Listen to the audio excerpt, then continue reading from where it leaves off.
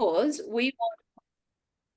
we want to make sure that if you want to go back over the things that we're talking about, you're able to do that anytime that suits you. So if you have to drop off, you have to drop off. But if you can stay on till the end, I know that Jody's given us a little bit of extra time, so you'll have the chance to ask her questions, specifically press her on the things that are bothering you or reflect back. I've tried and she just seems to bounce back everything I give her. So she's a tough one. She can hack it, can't you, Jody? Yes. Yep. Yep. Listen, the reason we were going to do a discussion on the significance of words leading into Christmas. However, because of the recent bills that have gone through and the way that all happens and some things that are going to be happening in the new year, we just wouldn't have had any other time to be able to slot Jody into the calendar. So I moved out that plan and you'll just have to look, my notes are full. Like, you're going to get such a great Zoom, but had to go, so that's for next year. And tonight we have the privilege of having Jody on board, and I have spent hours, like backwards and forwards. We've been on the phone for hours talking through what Jody's up to, and I'm pretty inspired, I must say. There's not a lot of people that really turn me on when it comes to this stuff because there's so much ego, but Jody absolutely got me when she was talking about her passion for just making sure that the red tape comes to an end. Don't you think, like, Absolutely. how frustrating it is to we're in this situation for what reason? For all the red tape, right? You have to register your child, you have to register your marriage, you have to register your car, and in fact, let's register your face while we're at it, right? And so all of this registration is what we're trying to get ourselves out of and come back to a place of freedom. And when Jody was speaking to me, what I was really taken back from, like, what, whoa, was the fact that there is, there's a passion there, but it's not an egotistical passion. It's a passion for the people of Australia. And now I am going to let you know, we always work from the families out, right? So we want you to be free with your spouse and your children, and then the next family, and then the next family, and we work with just the families, right? And then eventually it will grow out. So that's one way of expressing freedom. Now, what Jody is doing is coming from the top down. And how exciting is that, that God puts it on people's heart to work in different ways? So what I'd encourage you to do, we will go on mute because Jody's got a lot to share and there's a lot there. And I would suggest you take some notes because it comes back to you at the end. Okay, so I'm going to be asking you questions. You're not going to be asking me. No, I'm kidding. You can ask Jody questions at the end, so write those down. But there is an end point where you can be involved. And so I would listen carefully tonight and and maybe just consider, am I just getting a little bit of a niggling inside where I'm going, maybe I need to do something with this? Yeah Cool. All right, well, Jody, thank you. Where are you? Let us know. You're in... So I'm currently in Port Hedland in WA. So shout out to Ivan. I understand your life well and truly. Yep. So You're married? yeah, You're I married? am. We're going to be actually celebrating next January our 32 years of marriage. Thank you. Yeah, so That is really incredible. yeah, it's a bit of less, not too many people make it this way. And to be perfectly honest, there's a few times where I didn't know if we were going to make it or not. It is certainly something that you have to work at, and it goes through its aging process. But it is definitely worth a fight, and it's definitely worth learning to be better humans. And when you have that iron sharpening iron, we definitely are better people for it. And my husband and I are in a great place now. We get to do life full time again now. And it's been an interesting journey along the way. I have two children. I have a daughter and a son. My son is 29. He's in Brizzy, and my daughter is in Gold Coast, so she's 27. So all empty nesting and having to some of you mums may know that whole empty nesting process is never easy, ever easy. So I always recommend teenagers be careful look after your mums. Like it is a process we have to go through, and a grieving process, which takes us out of us a bit. But nevertheless, family is amazing, and I'm just so honoured to be here today to speak to you all and to hear what you guys are doing with the Living Council. I have not done a full component, and I'm looking forward to going through this journey with you all. Where I have come from has done a bit of jurisdictional learning, particularly when my life was turned upside down, as was everybody's 4 years ago, where you think you're living in one way, and then all of a sudden life, the hourglass is turned on its head, and what we thought was real was not, what we thought was stable was not, and we then had to pick up and start again. So for me, I'll just give a quick background. I had my own business on the Sunshine Coast in Queensland. I grew my family up there. My husband had businesses. He was currently working and just not happy with his job, that whole midlife crisis. He's like, I don't know what I want to do, but this is not it. So it's like, okay, you do you and see what you want to do. So he had actually gone and spoken with his brother, who's here in Port Hedland, and they decided to do training and assessing for the mines. So my husband got his qualifications and had a new lease on life, and really was looking forward to sort of seeing what that looked like in the next stage of our world. And we then had that taken out of our hands with Australia shutting down. Of course, we all had COVID. So I lost my dad in 2020. So it was extremely emotional time where I lost my dad, and my husband left the other side of the country and then couldn't come home. And my two kids were like, Mum, you're over exaggerating. It's fine. It's just fine. And it's like, when we all had that deep dread within us going, this isn't fine. This is far from fine. This is, that whole, like, we need to really be on our like absolute tippy toes with this. So it was a really hard journey for 2 years where we sort of had to find our way, where my husband would get stuck over in Western Australia. I was stuck over in Queensland, and we had to do the FIFO in and FIFO out. I then decided, like, this isn't any way to live. My husband's like, pack up, sell everything, come on over. So I managed to pack everything up, get everything down to a suitcase, ready to go, and the borders really shut down, and I had nowhere to go. I had, living out of my mum's house or out of his mum's house. He was over here working full time, but not able to come back. So I did what any self-respecting business owner that had to give up everything and had nowhere to go and was used to being very busy, and went to Canberra. And I went to Canberra with the rest of Australia and went to have a chat with Scotty, our illustrious leader, and ask him what he was thinking, and to, like, what are you thinking and how are you going to fix this? So, of course, Scotty did what every illustrious leader does, and he packed his bags and he got out of town when we all rocked up. I don't know if any of you were there. It was great therapy. Not a lot was accomplished, but it was great therapy for me anyway. I met some amazing people and was a part of a movement. It was a part of a people where we really stopped and understood the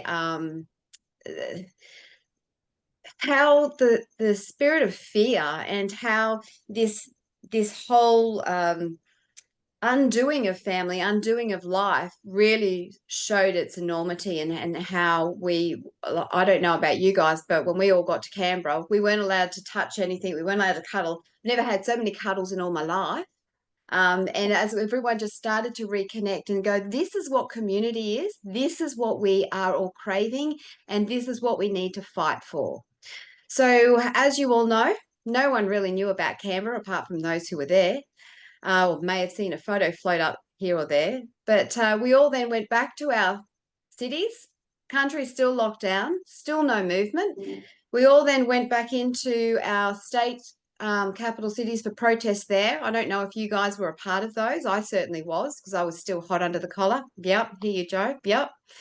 And, I really loved it in Brisbane, how our media was saying how many shoppers were out. We were all shopping, apparently, not fighting for our lives and the freedom of our families. We were all having a good spender.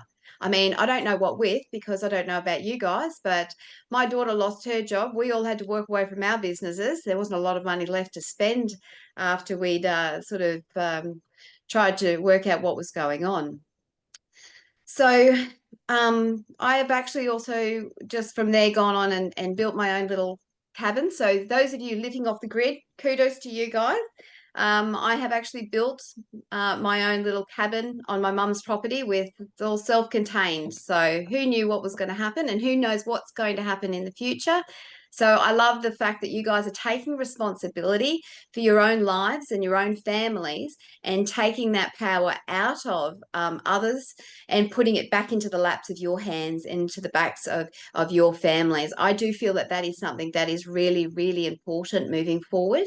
And I think it's really interesting too on how you were going to be talking about words, because words and our actions is one of the keys of what I am sharing today.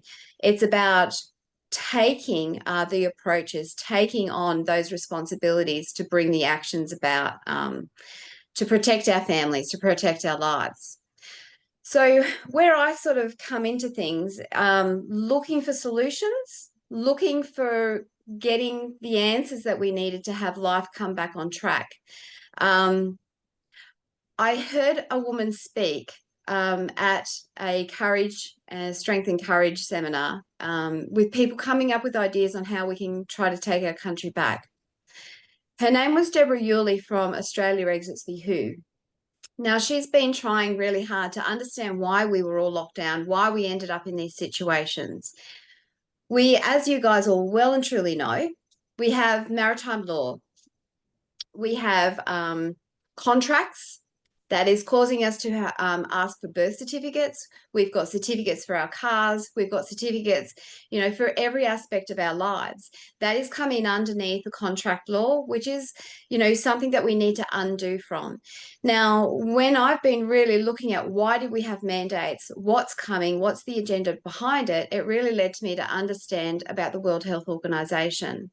Now, the World Health Organization, the World Economic Forum, and the United Nations, as many of you are aware, are three organizations that truly are one. They all have different logos, but they all come and beat to the same drum.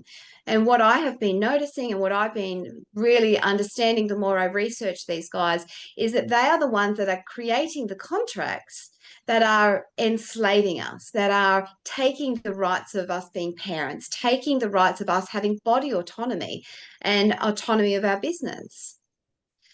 So how can we come against that was my question. How can I help right the wrong? I'm not one to sit silent. I am not one to just idly have someone come into my household and do injustice. So one of the things that Deborah and the team at Australia Exits the WHO did was get the treaties, I don't know if you've heard about the pandemic treaties that the WHO is trying to have 193 member states come into alignment with. So this is a global governance that they're trying to bring in. Every nation, as you can see at the moment in the news, is actually having the same problems.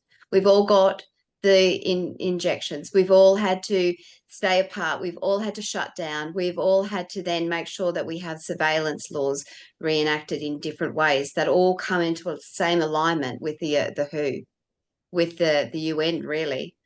So one of the team members got the pandemic treaty, which is a grassroots of where these laws are coming from, and actually grabbed a highlighter and went through it. Now, I took that to my MP and I said, can you please explain to me why you are voting and allowing a pandemic treaty to be signed by Australia that is going to detrimentally affect my family and my future? Now, of course, I was previously tatted on the head. Nothing to see here. Jode, we've got your best interest at heart, Jode. You don't have to worry about that. We've got this. And when I went back with actual documents and after having my chats to the solicitor on board, and they had actually gone over a few extra components for me, I was able to say, can you please explain this clause to me?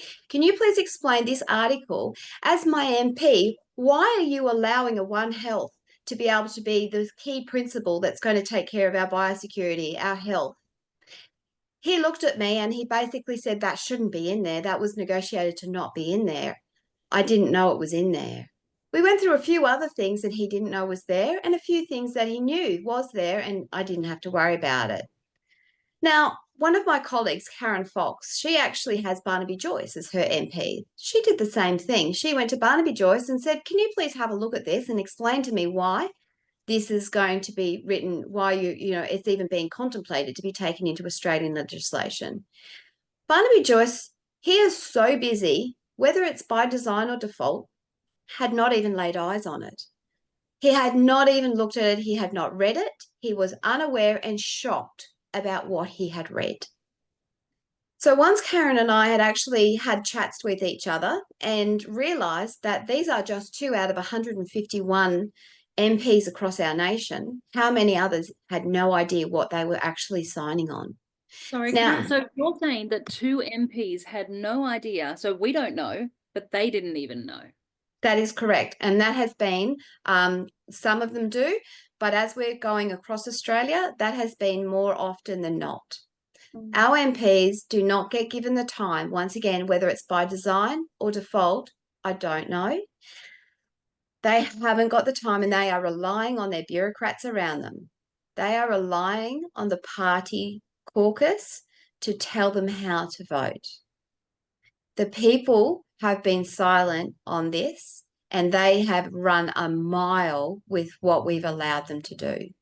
We are now in the position where our backs are against the wall and we are being absolutely surrounded with red tape. Now, this red tape has got the WHO and the WEF and the UN all over it.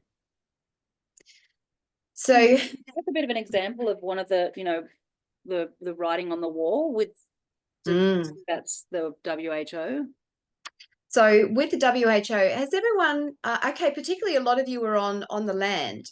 Have you been keeping up to date with the new biosecurity laws and the surveillance laws that are now being creeping in, and how you now, for health reasons, the health department can actually have full access to your properties if they have come in to wave their little pieces of paper, and particularly those of you that I'm sure are going through now and looking at your trespassing laws and how to protect yourselves from trespassing, where your legal standing from a constitutional point of view, that's really important. The Biosecurity Act is trying to undermine that. The voice, for instance, the voice is really interesting when you start looking at that, and then you start looking at the World Health Organization agenda. We call it Agenda 2030 is what they're looking for. Now, we understand, I'm sure, has everyone heard of the 2030 agenda? Yep, excellent, lovely. So they've got a really specific timeline.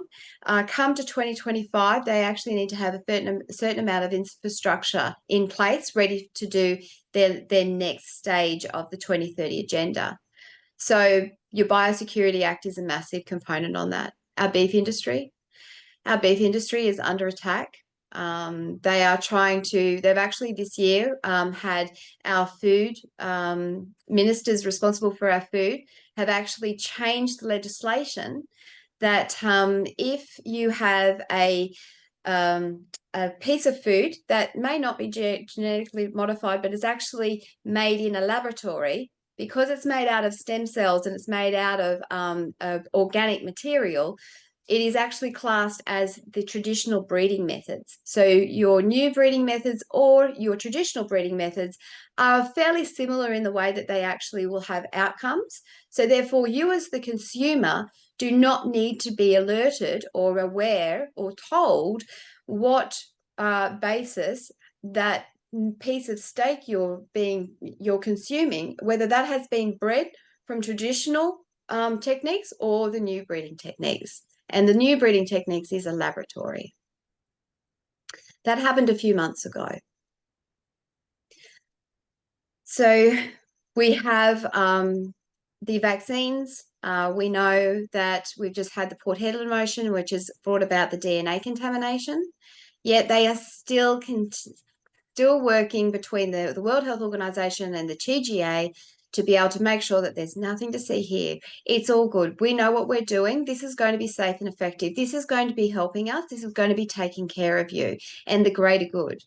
How many people have we had do the right thing and took vaccinations on good faith that our governments were taking care of all of us, only to find that it was, contaminated with DNA, that it's actually been taken into our bodies and actually had adverse effects that now our population is struggling with um, we've got a lot of injuries. The injuries are just mounting.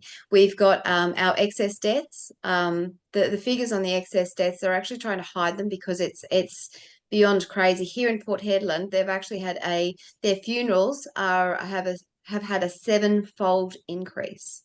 Yet our government and those who would seek to take care of us are saying there's nothing to see here. It's all okay.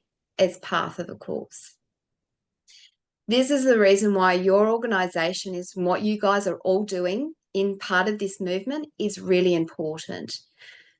So what my job is really having these conversations about trying to share words with each other that is going to help to bring in information and education so that we all are of a new and a better understanding of what the reality is and how we can actually change that. Take back the responsibility from those who have basically put us to sleep, those who are got their hands in the cookie jars and, don't want to be able to do the right thing. They're there for their own motives. So taking what you guys are doing and actually putting the responsibility back in your hands is so very needed right now. What I've been doing with Australia Exits the WHO, and then that's also too gone as a part of the Aligned Council of Australia, we are doing just that. So earlier this year, we had the Aligned Council of Australia actually was created out of different groups that really were seeing Australia become a different place than what we all grew up with. Really seeing things that were hearsay and whispers and small components of corruption are now full blown. So we've got the AMPs, which are filled with doctors who stood up and said, no, we don't agree with what's going on and this is hurting people and we need to allow free choice here. Well, they were all struck out from their ability to practice medicine in Australia. So they are actually getting together. We've had solicitors who have also too had issues.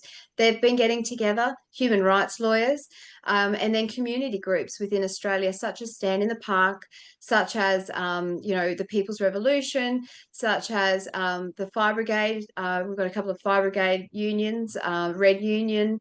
So there's 40 groups that have come together to form a council. Now, this council, obviously, when you've got a group of diversity, it's never going to agree on 100% of anything.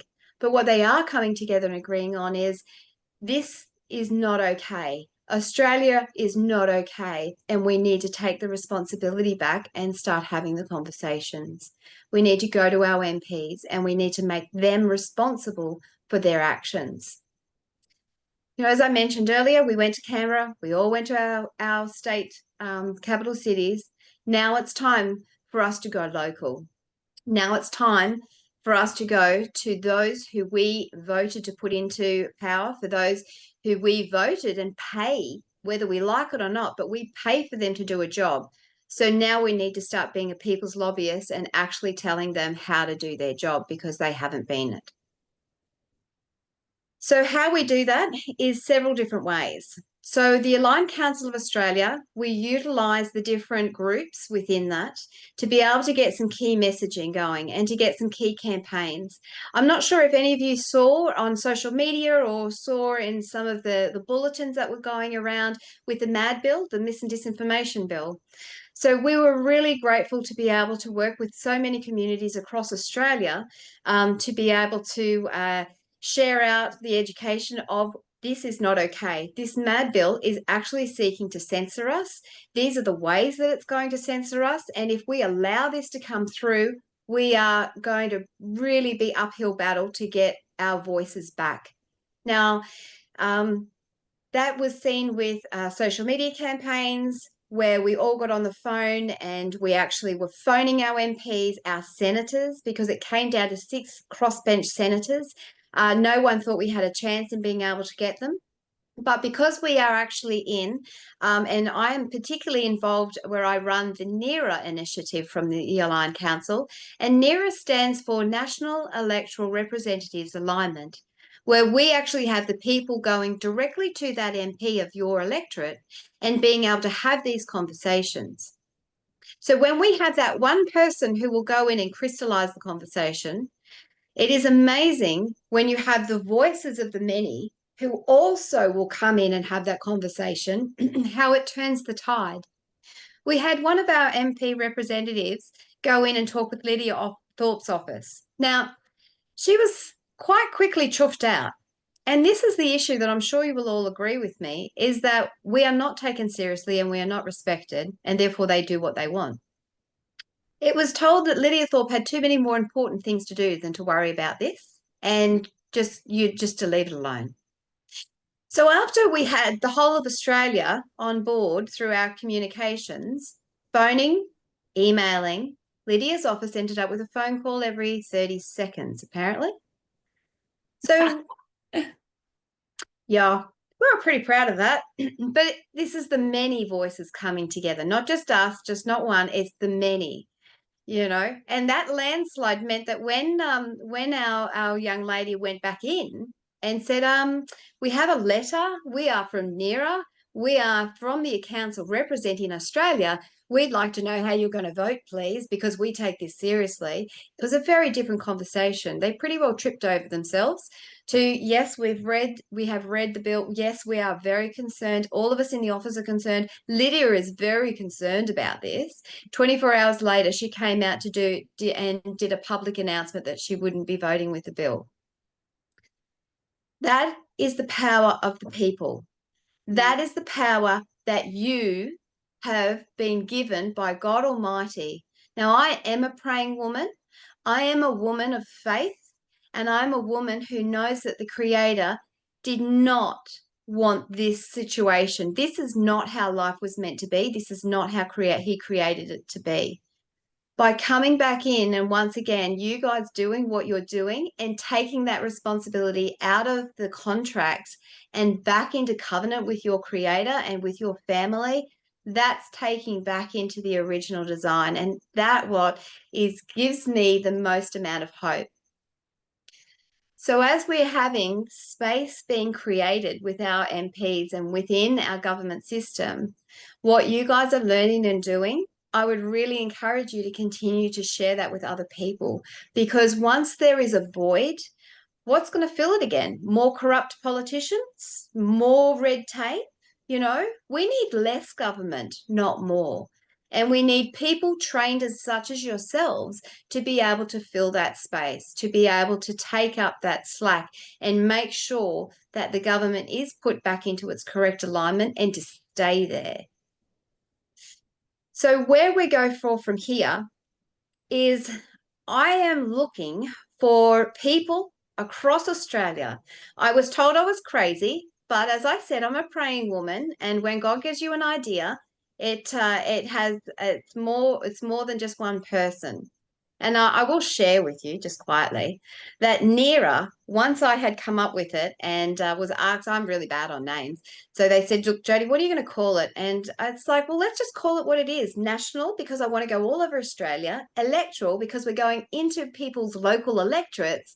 It's representative because we're representing ourselves, and it's alignment because I want my MP to align with my thought patterns and to be able to make sure that he is now going to be working with me for the greater good of my country and my family. So we have 151 electorates. By the time May came around, which we then challenged the pandemic preparedness treaty that Australia was meant to be signing, which we didn't sign, thank you. We had 60, we had 1/3 of the country on board and 1/3 of the country calling out and saying, we don't want this. And they listened. Now, coming to the MAD bill, we have over half. We have 77 and about to go to 80 electorates on board. So we've got to take it to the rest and 100% of Australia, which we're on towards to doing now. So I would really love if any of you feel that this aligns with you, that that's something that you can come along to our workshops and use the resources that are available, so that you can then have that conversation with your MPs to make sure that we've got 100% of the country. I would very much appreciate that. You know, whether you even jump on with the NERA initiative as even just a supporter. So when we do have a campaign, you can get your voice and get your emails, get your submissions, and actually take that to your senators, take that to your MPs, and remind them that they have a duty of care for Australians. They have a duty of care for your part of the world. And that's how we're going to be moving our way through this. And as we can then put that right, once again, what you guys are doing is really important, because that is the crutch of it. That's what we need to get back to. Probably the final thing I just want to really share is, at the moment, we are preparing for 2025. 2025 is going to be a big year, and there's just really no way to sort of say it gently.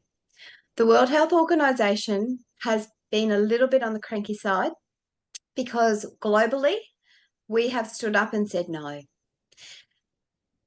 So the reason why we had the mis and disinformation bill is because in May, when Tedros could not get his pandemic treaty done, he specifically came and said, we need to have misinformation taken care of.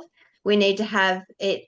This is all wrong. We need to have misinformation taken care of, and get the world taken care of, and we need to have our treaty aligned with. So he's really, really, really pushing for this. So we've now had the MAD bill, we've had a social bill, we've had a surveillance bill.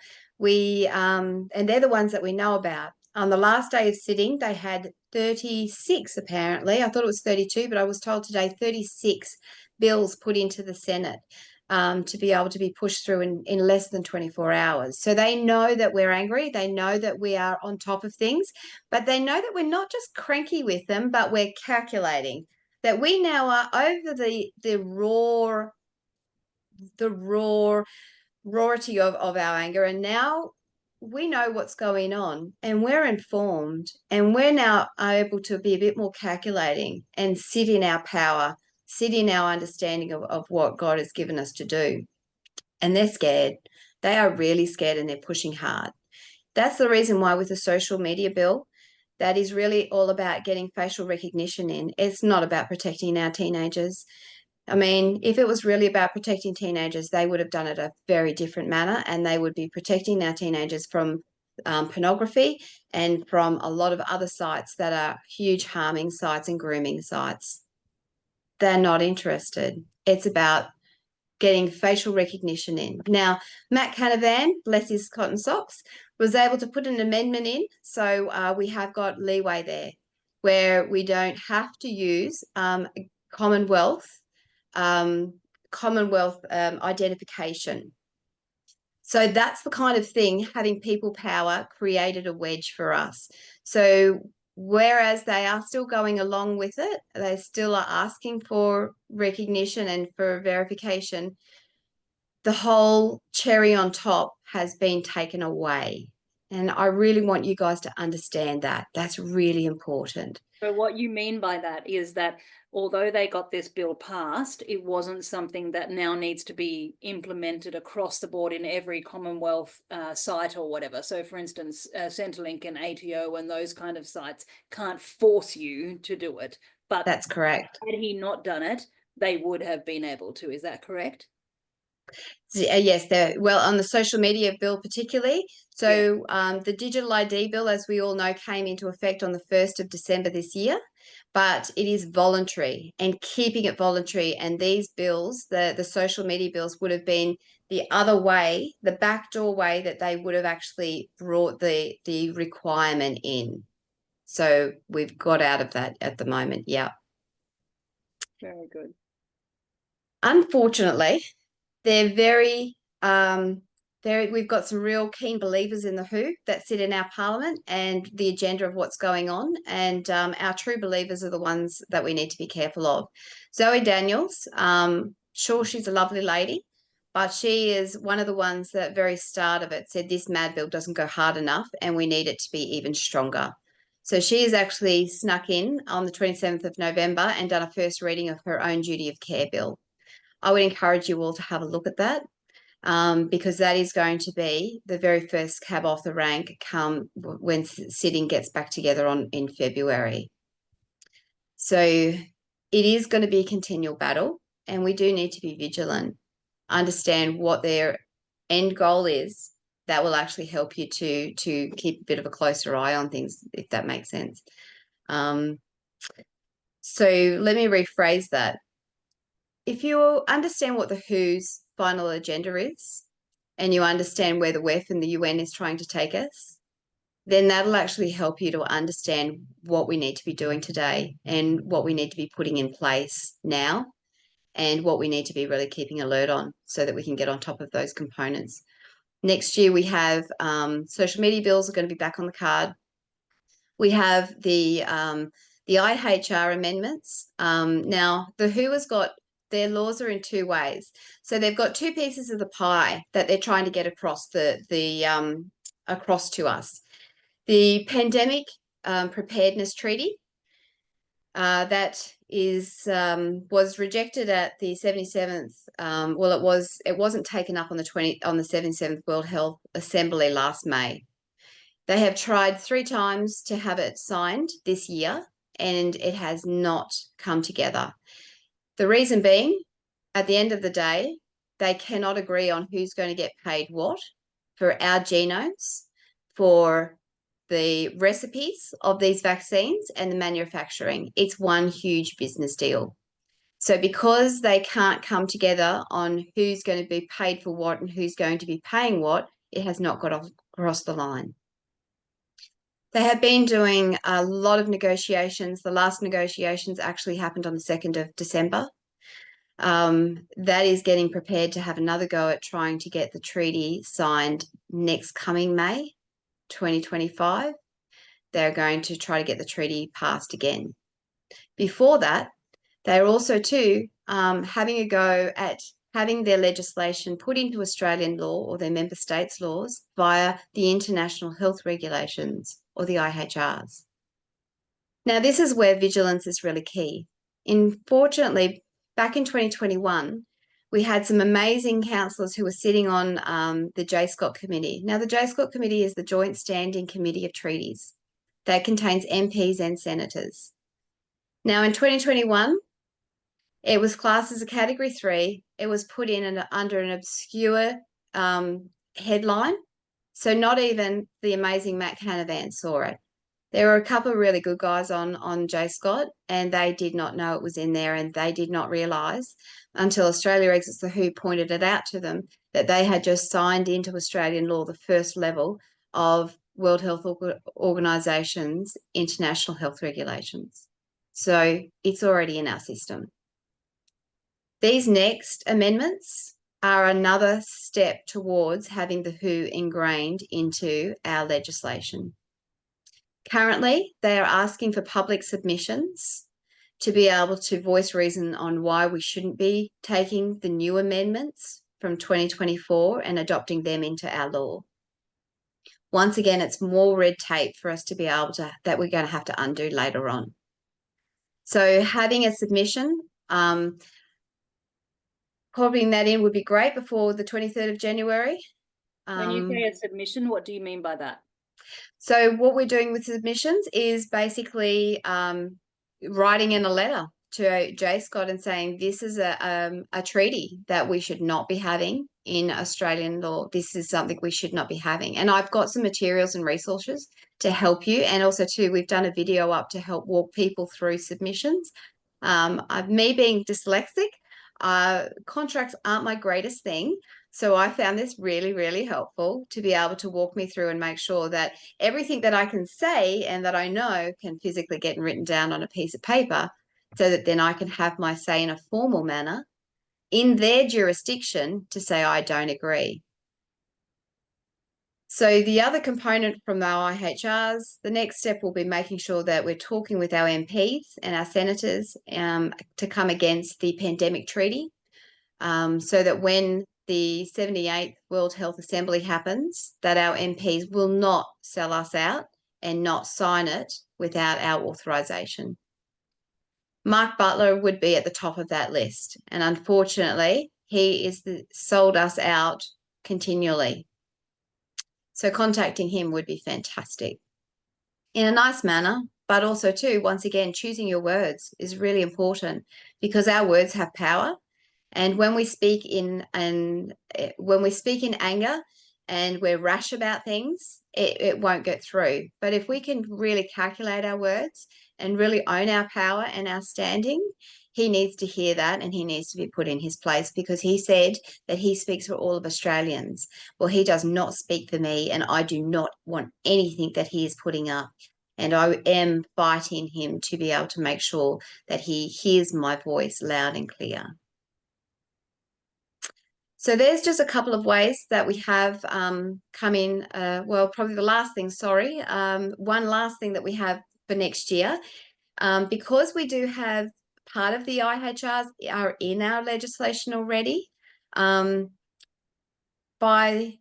the 19th of September 2025, our Prime Minister actually has to physically reject the IHR and the WHO from Australia as a signed document. That's a really hard ask, but miracles do happen. And I'm going to be leaving no stone unturned to make sure we can get as close to that as we possibly can. And we have an election next year. So this is once again where our words have power because they are actually listening to us. And we have got some really good people who are putting their heads up now and saying, I've had enough. I'm ready to step out. And if we can support those people and find ways to be able to push back on the corruption, that would be really, really great. So I really would love to hear feedback and any questions that you have. I know sometimes I feel like I'm a bit of a fire hydrant, but it's a lot that we're up against. But wasn't that like incredible? Don't you just see she just seems to drop names like, oh, this person, this person, this person. I was just sitting there going, I have no idea who you're talking about. Like, okay, all right, so that person does that. Thank God she does, right? Thank God there are people out there that really do work on this stuff while we are all doing our life, like just doing our everyday life. Jody, this is her full-time thing where she's connecting with these people, she's seeing what they're actually doing, and then she comes back to us and says, this is what's going on, and these are the places we need to target. How good is that? It means that you don't have to do it and I don't have to do it. Jody's done it for us. And she's basically, she's similar to us. And she said, all right, well, these are the, if you wanted to put any effort anywhere, let's do this in a strategic, careful, calculated way. As you can see, they're very strategic, careful, and calculated. Why can't we be? And Jody's just put proof to that, hasn't she, guys? So who just wants to say thank you? Anyone want to just say thank you real quick before we get into the questions? Ivan, tell us what you think. How was that? That was fabulous. Thank you, Jody, very much. I'm down in Karratha, so I'm only a couple of hours away from you. Well, let me know when you're in town. We'll do coffee at the Dome. Sounds great. What I was going to ask is there some way you can facilitate with templates and all this sort of stuff? Because I do 12-hour days. I do 3 weeks away. I don't get any time off in that period. So it's a little bit difficult, but I've, Citizen HQ or CQ and different various things. I've signed so many petitions over the last year that I've lost count. So someone like you that does this on a full-time basis, it would be great if you could facilitate a way for us to be able to just access something and, okay, I can do this and populate it in my own way and send it appropriately. Do you have that? 100%. We do. Absolutely do. And that's a perfect point of why I do what I do. And I work with the solicitors that I do. And, they are in their mindset sometimes. And I'm like, oh, my gosh, Katie, I need this. And, oh, Lydia, I need this. So definitely that is high on the priority list because as you guys know, if we can formulate those correct words on a page well, it can be a weapon. So I will actually put some of those links for you guys to get into an email if that's okay. And that'll actually have a couple of different ways that you can have a look at, see what resonates with you. And there's plenty of information for you to be able to reformat into your own words or just copy and paste. Absolutely, that's the whole point of what NERA is about, is resourcing you guys to make it easy. We do webinars as well if you ever keep an eye out for that, because like today, how much easier as it is when you hear it. It's so important to get a bit of a grip on what's going on out there, going, okay, that's what's happening up there. And then to see when there's numbers coming together, particularly people like you guys, where you do understand how words work, you've got your head around, I can say no consent, I'm not going for this, and you need to step up. And remember what we said, no right is a right until you express it. And so you have a right to your voice, you have a right to be represented. Okay, if they're going to represent you, which we don't like that, but if they're going to sit there and represent us on some of these very significant issues, then we have a right to have a voice speaking that out, right? Christine, you got your hand up. Talk to us. Hang on, you're on mute. Wait up. Mute. Hello. Yep. Hi. Hello. Hi, Jody. Hi. Hi. Hi. We met before. The law that was just passed, sneakily passed to supposedly to protect children. Can you just go over what you explained about them actually missing out with the cherry on top? What was the thing that they're really after and they missed out even though the law was passed? So when you look at the original social media bill under 16s, it's all about censorship, and it's all about digital ID. It's about facial recognition. It's about biometrics. Now, I don't know if a lot of you have looked into biometrics. That is a whole rabbit warren to go down into if you're game enough. But biometrics is your facial recognition. It's your thumbprint. It's your voice print, your eye print. So what they're trying to do is get everyone in the world to actually have their ID and to have their biometrics. So when we actually take a step back and look at for instance, the pandemic treaty, the preparedness treaty that they're trying to do, a lot of that is actually speaking about genomes. And it's about the collection of genes. It's about gene therapy. It's about, data. It is all about data. And that data comes in the way of facial recognition. So that's what the Trojan horse, the kids are the Trojan horse for surveillance, really. So yeah, the Matt did an amendment, and the amendment meant that you don't have to use those Commonwealth IDs. And like for a lot of people now, they've gone from my Gov ID to my ID. And once again, that's bringing in more biometrics. So legally now they don't have to provide that. So it's a little bit like a digital straw man. We know we're not the straw man, right? We know we're not some digital file that's sitting there, and yet here they are wanting to do it again. Unbelievable. So question for you, Jody. Yeah. Sorry, am I able to change topic, or are you still going? Yep, no, you're fine. Thank you. Can you tell us the difference between signing a petition, because many of us have signed petitions, versus doing a submission? Yes, and I've just seen that the comment come up for Australian ID card, 100%. And that was one of the conversations that we had. Yep. We need to make sure it's always smacked down. So the reason why we do petitions, I am like you, I sign just about every petition, and now understanding some of the back areas, I probably won't be signing absolutely every petition anymore, but I will be really looking at those key people that I trust and making sure that they are actually going to be following up with their petitions. So we had an online petition. We had Monica Schmidt come in, joined us on that fact as well. And we ended up with 54,464 signatures, which was a really good number. But it was the after component that we did. It was the backup. That was just the crystallization. So when you have a petition, it needs to really be, from my experience, from what I've just seen, it really is one part of many.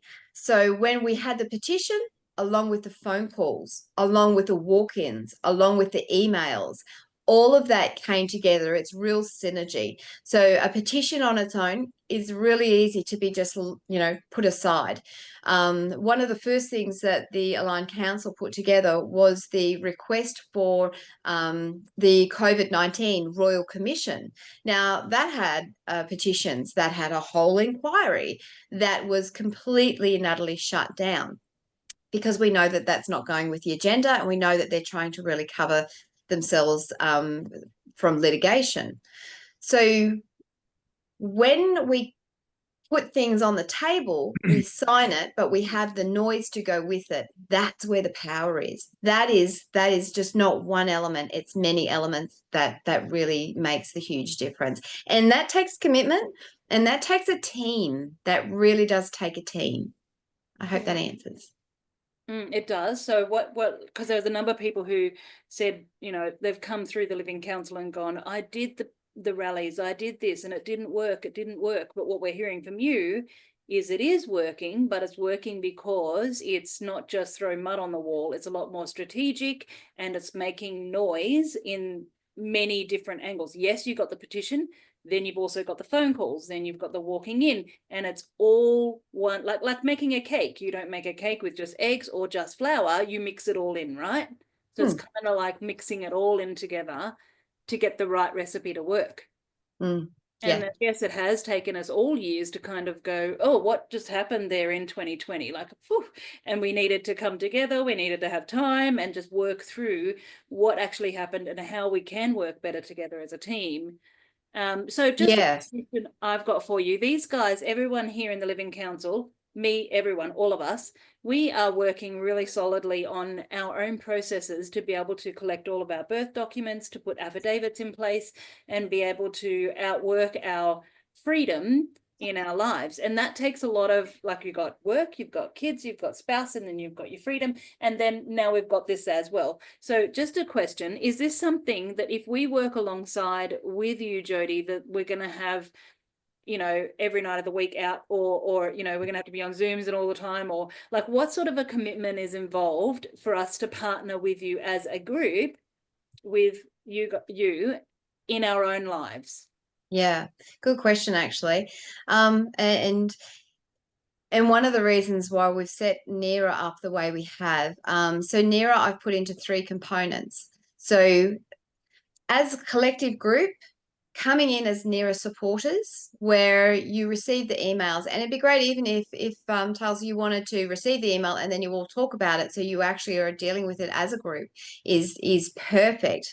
So NERA is not about being another group, it's about actually educating and resourcing groups within Australia to be able to have your voices heard. So please always be confident with that. It's definitely more about the resourcing of components. So being a NERA supporter is getting those resources, getting those the webinars. Now, the webinars are at a certain time, so you can either rock up to them live, or you can actually put in to say get the recordings afterwards so that you can watch them in your own time. And the benefit of the webinars is just like what we're doing here. It's one, it's a bit of community, but 2, it's also 2, you've got speakers on that are going to actually be talking to those points, so that you're going to be having a better understanding of how to approach your MPs, how to approach in a letter, how to approach a phone call, in what the issues are, and understanding the legislation of concern at that moment, so that you can actually talk with confidence. That's a really, really big component. I'm not a solicitor. I'm not, an accountant or a professor or anything. I'm just Jody. So when I walk into my MPs, I just get the little pat on the head and, nothing, you'll be fine, love. And it's like, you actually no, we're not fine. And I can now say that I've got these solicitors are actually saying it's not fine. And can you please explain to me this clause? And can you explain to me this legislation? Puts a whole different spin on it. And then when they actually understand that I am one of 1.8 million Australians asking the same question, well, that does make them stop and look real quick. And that's where the beauty of it's coming. Once again, it's our voices together.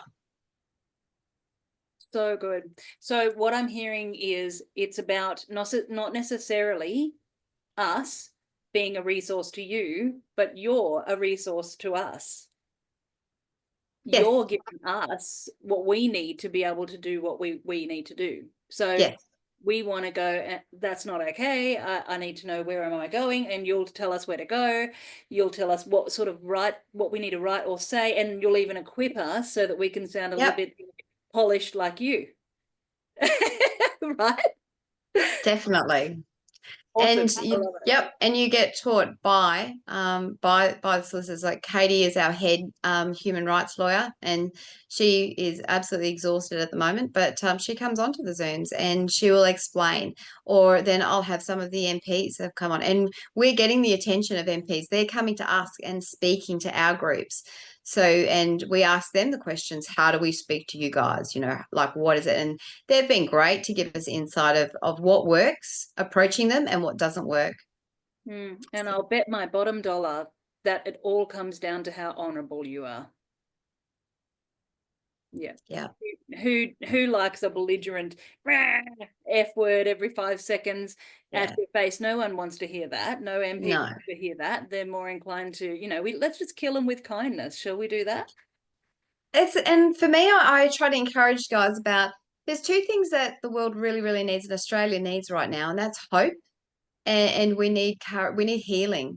You know, so once we're in that position of healing, and you guys look like you're really bringing that together by having that community, really finding those solutions, and you're having that healing come to you, then that's when you can really come from that position of power and that standing, because you can walk in there and you can ask your question and hold your peace.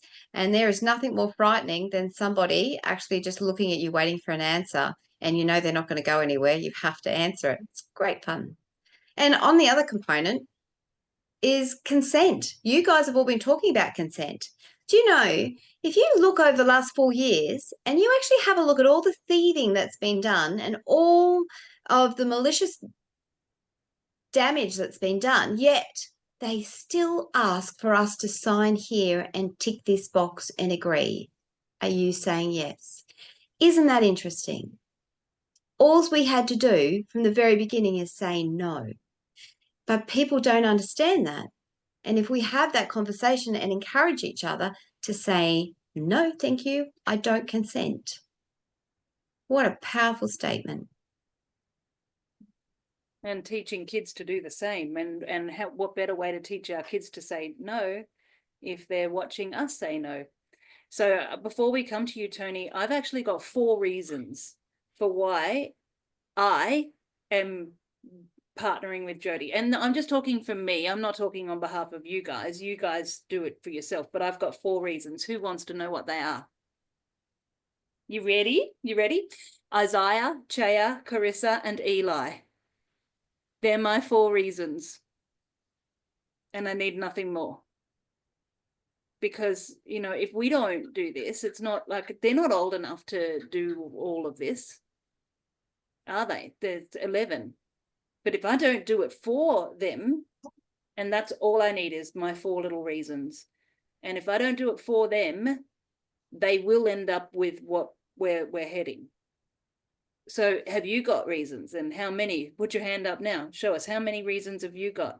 There we go. 5, 3, 3, 1. Yep. Excellent. You got reasons too, and that's enough. That's all we need. Tony, Lucinda, your hand is up. Sorry, being technically incompetent as usual. Wait for it, Jody. This guy gives curly ones, so maybe all good. Hopefully it's an easy one. Too much thinking. Firstly, thank you for what you do today, and also your organisation. You got me thinking that you are representing the people against a group of people who should be representing us, which is that irony? And it's best, I don't know, seems so. Anyway, so thank you for doing what you do to keep them accountable. You mentioned before about they're kind of scared because we've been punched and then we've stopped since 2020. We've gone, hang on a minute, this isn't right. That kind of theme, right? So now let's fast forward. This talk of the next one coming and all this kind of stuff. Short of a massive revolution and burning down the streets and stuff like that, is there something that the power that we seem to have, and particularly your resources, is the people power, right? is there something, should this start again, that would be useful for all of us just to go, and you might have mentioned it just before, is it just no? Like, is there something that we could all, when it starts and it hits the news and all that kind of stuff, rather, oh no, you've got to put your mask on because grandma's going to die and blah, blah, blah. Is there something we just go, we're all going to stand now with no? Or like, is there just something that we should pause and do when it starts, so then we stay a bit more composed? We don't give blind faith again. Not that we all probably did, but you know, does that make sense? I'm just thinking, what's that thing where we just pause and we go, seen this, been punched, going to duck the next time, and it's coming back. But short of being all, you know, as I said, burn the streets down, is there a thing that we can do? Yeah, and look, I hear where you're coming from, and there's a couple of elements in that. I do actually have the conversations, particularly with our young men, and our veterans. I've had those conversations of like, you know, we just need to go to war on this, and it's like, well, Australia has been specifically put into a place where we cannot defend ourselves. That is just not an option. Not only will it just be an absolute travesty, but we will just further their cause and further their messaging. So I do hear, it's a conversation, you'd be surprised I have it more often than not. As a mother, and as a wife, it's a conversation that brings me to NERA, and it's one of the reasons why I do what I do. Because we need to have a way where we can reposition ourselves as the people of this country, which is the true parliament. I mean, parliament is the people. It is the governance of the people by the people. You know, it goes back to biblical. You know, God said, I gave you dominion of this land. You need to now stand up and take care of this land. I've handed it to you. I created it for you. So we've got to take the responsibility up.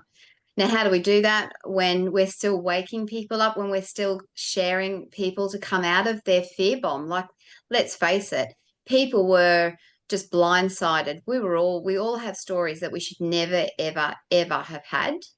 And people are still suffering, and people are still responding the best way they can. And that's the other reason why we need to let the anger go, is because someone who was triple jabbed, because they had to put food on their family's plates, you know, what choice did they really have? Because they said no to begin with, but the rest of their workforce went back and said yes. So they were on their own, and that they, you know, we now have a crisis living where people are, you know, living in tents. Part of that is because of high inflation. But where did that start? That started back in 21. Let's be real. So if we're able to encourage, and for you guys, your tight-knit community here, to really get this message and to really help people around you to understand that they have more power than what they realize, and that their word, no, is so powerful, and that's okay to say that. And if we all did that at one place and one moment in time, it would be revolutionary. I think one of the greatest things that you've done is set up like, if we all just joined your ability to email us and get us in our inbox, means that at the right time, when we're needed, for such a time as now, guys, it's go right now. You know, we've all got our emails in, and you've facilitated this incredible monster of an organization, you know, like an organ, it's just organized. And that, I think, will mean that whatever the, you know, the safe word is, no, you know, oh, guys, when the time goes, we go, no. Okay, practice. Everybody practice. No, right? No. No. Okay, so the safe word happens, but we need to have somebody who's done that organization. So all we need to do is go, all right, I'm ready. When you say, okay, now we can go. But the great thing is, and this is where COVID, we didn't have that. Now, Jody, you also mentioned, because I'm aware that listen, guys, we did say that we were going over time with this, and I did let you know in the email that's what was happening. We've got 15 minutes left, and Jody, I want to touch on something right now that you and I have spoken about already, which is, how do you share what we've just sat through an incredible meeting where we're able to see what's been going on, and oh my goodness, the writing on the wall, this is what's coming. But I got my mother-in-law coming for Christmas, and all these Christmas things we're getting together with people who, these are people who are going to be affected as well with what you have shared with us tonight, but they haven't sat through this meeting. So we've often had conversations here in the Living Council about cognitive dissonance, and that thing of I can't agree with that because it's so out there for me. How do you handle waking people up, for lack of a better word? Well, once again, we've all probably been there and done that. And whereas, you know, the whole screaming and what do you think you're doing doesn't work real well. Been there, tried that. You know, it only alienates us. And then I know the other side of that coin, which I'm sure you all can relate to, is where we've been in a party that, you know, I remember being invited to one extended family Christmas where they were all medics and had a whisper that I was unvaxxed, and absolutely did a out and out job on me. And I had to sit there and take the lot. I had to just shut up and hold the tears in as much as I could and excuse myself at the appropriate time to at least save some skin. But what I have been learning now is that really reading people, understanding the person in front of me, because it's not about me, it's about them. Some people are a little bit interested, and so you can have a small conversation with them, and it's like, oh, you know, gee, that coronavirus is really intelligent, wasn't it? You know, you didn't get it when you sat down with the mask on, but you could get it if you stood up and danced around. Wow, that's really clever. And, you know, there's a lot to be said for sarcasm. You know, and that works really, really well. And then when you've got some people who ask a question and I bait them. I do like to bait them. And then if I've got someone who really is annoying me and just being obnoxious, well, I'll just give them the fire hydrant and, you know, and hope and pray that the facts that are key to it really come to the forefront. And then when they challenge me on it, I dare them to go and look it up and dare prove me wrong. So it's not really about me. It's about the person in front of me and making sure that I can match their temperament and making sure that I can really read what they're needing. You know, if I come across someone who, like on the weekend, we did a Forest of the Fallen, and there was vaccines that came over, and we just had to be really empathetic. You know, like we've got solutions and we've got ways that we can help you here. And it's really about identifying what that person is standing right in front of me. And for me, again, I'm a Bible person, so I rely on God to be able to say, Jode, you need to be careful with this one. They're really tender and they're hurting. And I will then say, okay, how can I help their hurt? How can I help them have that one step of healing to be able to walk the journey forward? Because all of us have been torn at. All of us have been just decimated in different ways, and we don't know what those ways are, and we can't judge each other. We need to have that grace and that love to come towards each other, and empowerment. I love empowering people. Don't you find that courage is courageous? You know, it's just like, what do you mean? You say, great on you for doing and standing up for your family, because this world tears us down. So hope, courage, and honesty, in honesty being to the level of what they can handle. Yeah, I hope very that good. helps. That was epic. And I love the way that it's almost like an onion. You peel away layers of an onion and you get in, and it's that progressive transparency. Sometimes when you are shooting information at somebody, it can just be a bit too much, and I can't handle how fast you're coming at me. But if you just progressively are transparent with me about what's going on, and it might just be, you know, don't send 5,000 emails, guys. It's just tacky. But maybe there's one that's super duper powerful and that starts with NERA. You can send that one, right?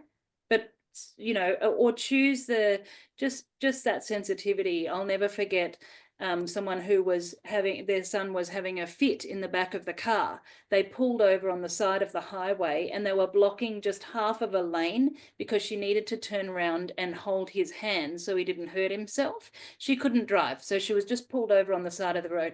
Everyone went honking, and it was inconvenient for them. She was in the way, but everyone went past and beeped their horn, beeped their horn. The issue with with this stuff, guys, is people don't know you don't know what's going on in someone else's car. You don't know what's happening for them as to why they might be behaving the way that they are. So when Jody said, always just expect that they're hurting, like, on the money, man, on the money. It's so great. Well, we are going to wrap up. So is there anyone, maybe we've got time for a couple last questions. Has anyone like got that tingling feeling? It's got to be like really burning, like really burning. I think Joshua's burning. Okay, go ahead, Josh. All right, I'm off of mute. Okay. Just a quick question for Jody. And this has sort of been running through my mind regarding parliamentary privilege that a lot of these MPs and politicians have. Be the fact, and I don't know if this is true or not, a lot of politicians have been moving towards getting sworn in as Republicans, and they're moving away from the constitutional monarchy and all that. So are we able, has NERA attempted to make the MPs and the politicians' parliamentary privilege null and void and claim on human rights violations? Look, the ACA in particular is focusing on the WHO and is focusing on these treaties, and that's why I love that you guys are doing what you're doing. And from the Aligned Council perspective, no, that's probably something that we'd have somebody else sort of run down. But if you can actually chase that information through to me, I would really love to know that information, please, because that is, you know, we've been trying to be a republic now for how many decades have they been trying to do it? And we've just had the king come over. We know that the king's done a sell job. He's not really interested in who we are. And our monarchy is not about our king or our queen. It's about the constitution.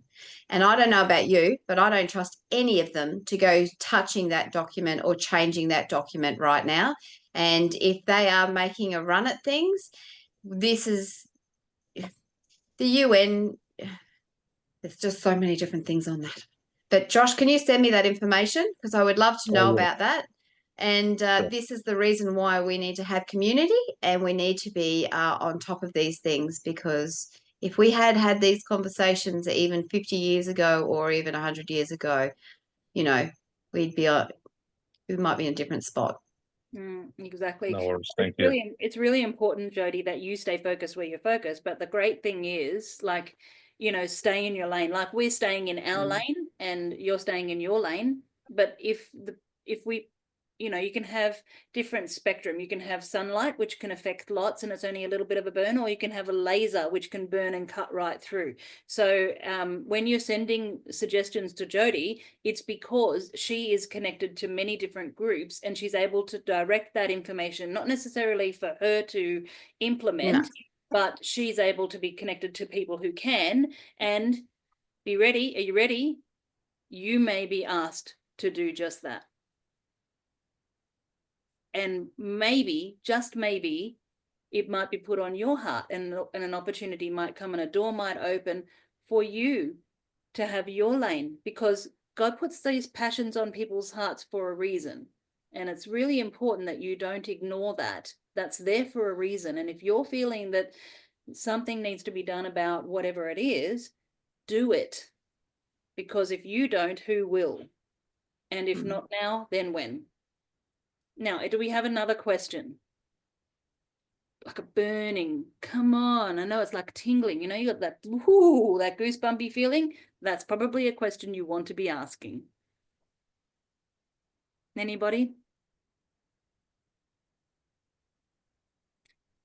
All right. Well, who got the idea that maybe they had a bit of a plan and that this has been in place for quite some time? Yeah, anyone kind of pick that up? Agenda 2030. It sounds like there's a plan, there's a vision, there's a dream, there's some goals in place, and we're kind of pushing back on that.